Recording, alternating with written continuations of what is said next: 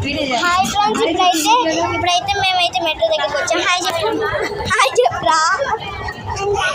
Hi. అదిగోండి, ఇక్కడైతే మాత్రం మెట్రో అయితే కదులుతుందన్నమాట. ఇదిగోండి, మేమైతే ఫస్ట్ టైం ఈ ట్రైన్ ఎక్కామన్నమాట. ఇదిగోండి, ఎడిట్ చేసి పెడుతుందా, ఎడిట్ చేయకుండా పెడుతుందా? డైరెక్ట్గా పెట్టింది, ఎడిటింగ్ అయినా తెలియదు. ఎడిట్ చేసి పెడితే ఓపెన్ చేసేసా తెలియదు, మామూలుగా పోస్ట్